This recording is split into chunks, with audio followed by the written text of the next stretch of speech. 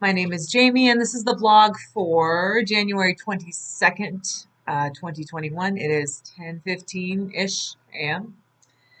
I, once again, have a down day and some time to myself, so it's a good time to do this before I launch into um, doing a video for my nutrition clients for this week. So I'm wearing this awesome Baymax sweatshirt, feeling like a healer today. Maybe a little, I don't know.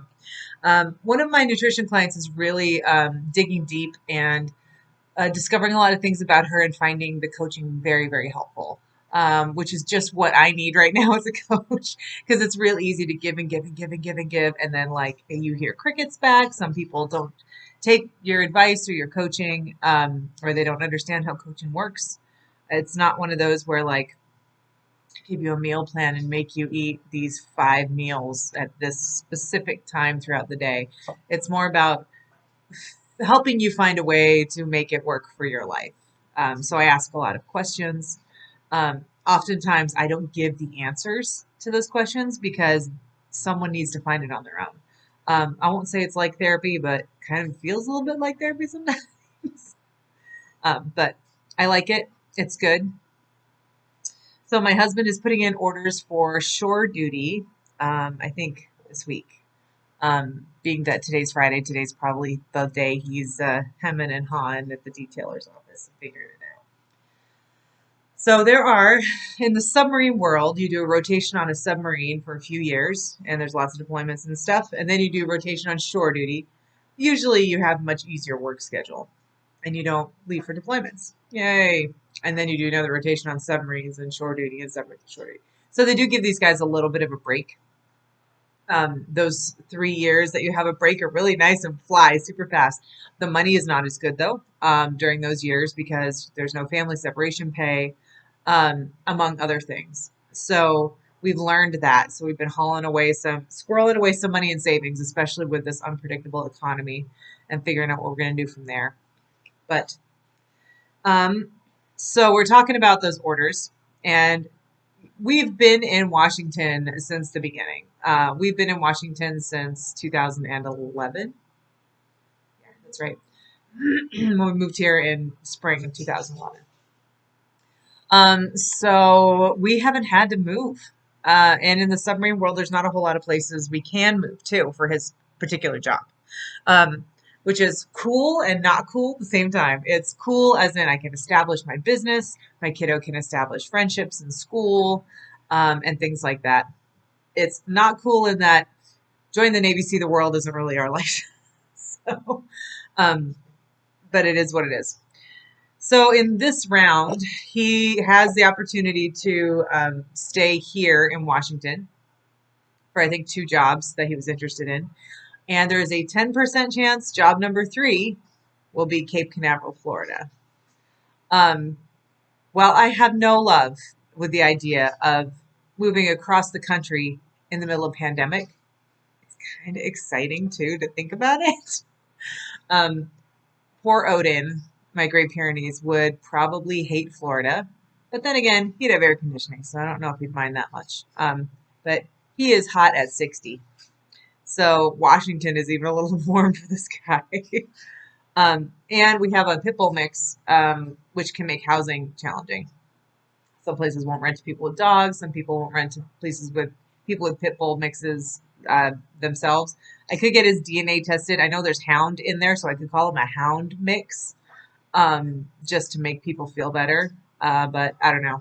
I respect him. And then we would probably rent out this house, or sell it. My guess is we would rent it because we plan to come back. We really like Washington, and I don't foresee us living in Florida forever. But 3 years in Florida, all the theme parks, it would be so fun. But it'd also be 3 years in Florida of me not working chiefly. I mean, I'd be working. I'd probably find like a simple job while the kids in school. Or we'd be homeschooling and I'd just be a stay-at-home wife, which would mean a lot less discretionary income, which would mean less theme parkage. Boo. So, I don't know. I don't know. It's just something we're playing with in the back of our minds right now.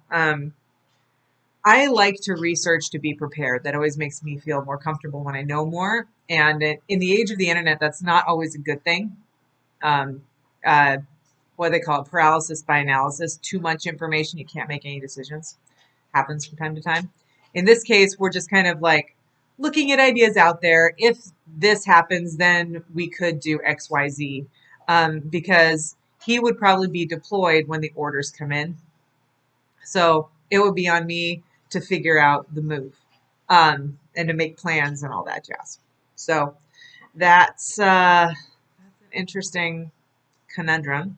I would love to have a plan all mapped out and then wait for him to either say go or no go. And then if it's go, just push play on the plan and run with it. Um, but I would totally miss working. If you live on base, you cannot run a business out of your house. So a garage gym would be a no go. I could rent space maybe someplace else or do outdoor workouts because the weather is much more conducive to it there. I really don't want to haul. I mean, it would mean getting a new car. The business would be a car. I would be hauling all my gear everywhere. Bleh. And hurricanes would be a different hurdle, to be on a more serious note. I've always lived on the West Coast, so earthquakes are a thing. Hurricanes, not so much. Up here, windstorms are a thing. Not to the degree they get them in Florida with a hurricane, obviously. And there's different dangers, like really tall trees everywhere and lots of wind. Not good. Um, but it's fun to think about. And I think if we were to up and move for a little while, now would be the right time. The kiddo's getting out of Forest Preschool, and we haven't settled on a new school for her yet, or if we're going to homeschool her. The public school system up here in the Kitsap area is not good.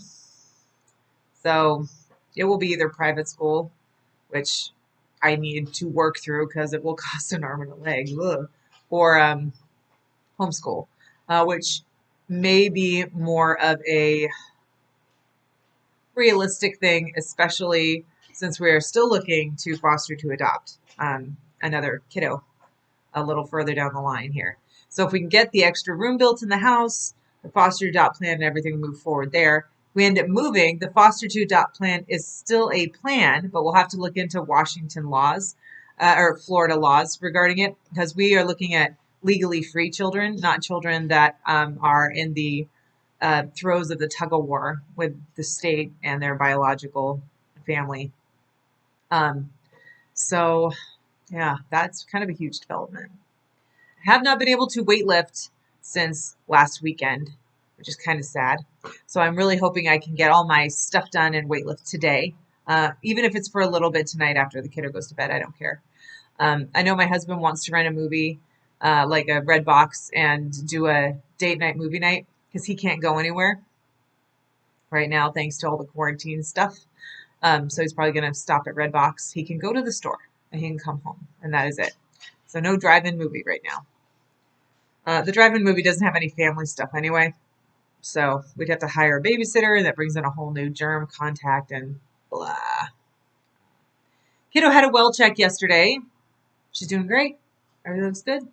She was really excited she didn't have to get any shots. No more immunizations until, well, unless COVID pediatric vaccines become a thing, until she's 11. It's a long time. I felt like there were shots every year when they're real little and then like nothing for years. So surprise, surprise. Our doctor does not want to push forward to see what's going on with her white blood cell count. The last time she had blood work done, it was a little low. She does want to move forward with the sleep thing and figure out what's going out there. Like Inara woke up at probably 2 and crawled into our bed this morning, and neither of us slept. I was having trouble with this esophageal whatever, making me feel like I'm choking, so I could not fall asleep until after she was in our bed anyway. That's another thing. I'm on my to-do list today. Call the gastroenterologist and get an endoscopy booked soon, hopefully, before my husband goes out to sea, because then I got to call in some sort of help, because I will be out for at least 24 hours. And I've got a 5-year-old, so, I don't really get to be out for 24 hours. Anyway, wow, rambling, but it's been a very eventful eventful few days. Um, this esophageal thing is kind of wearing me down. I'm not going to lie. I'm really tired of soft foods. I do yogurt. I do cottage cheese. I do soups with things cut into very small pieces. If I'm going to eat solid food and deal with the pain, I'm going to do it early in the day so I can walk around and it can work its way down rather than dinner. Dinner's usually my main meal though, so that's taken quite a shift. My husband's been wonderful about having to cook a different meal for me, usually, because the whole family doesn't need to be on soft food, just me. Um, I want to get this resolved. It's driving me nuts. Haven't lost a lot of weight from it. I'm hanging out around 240 still, which is fine by me. I mean, it's 20 pounds lighter than I was in the summer. I will take that without really actively trying to lose weight, just developing a few better habits.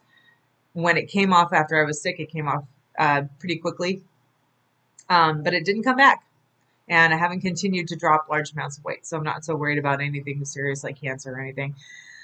It's probably just a nasty, scarred up esophagus from too much coffee or something along those lines. Anyway, yay to getting old. Boo. Where was I going with all this? Yeah, really hoping I get back into weightlifting. I've been walking. I did walk this week. It's been beautiful outside, so I've kind of been capitalizing on that and going for a walk instead of weightlifting. It's also less time consuming to go on a walk. A walk takes half an hour, the kind of my route that I take. Weightlifting is like hour minimum to really get a good solid workout in. 15 minutes plus to warm up, especially when it's cold outside, takes longer. So yeah, having the freedom and the ability to go outside and go for a walk, even though it's 40 degrees, has been wonderful. And it is beautiful out today, but it is cold and windy. So we'll see if a walk happens. Last night, a walk did not happen, but the bike happened. I went out to the shed. It was, again, 40 something degrees in the shed, turned on the heater, charged up my phone, sat on the bike, and just pedaled away for 20 minutes. That was it. All right. I got to go calm down the beasties. So that's my cue. This one's running long. Crazy. My name is Jamie, and today is pretty good. Hopefully tomorrow will be even better. Odin, be quiet.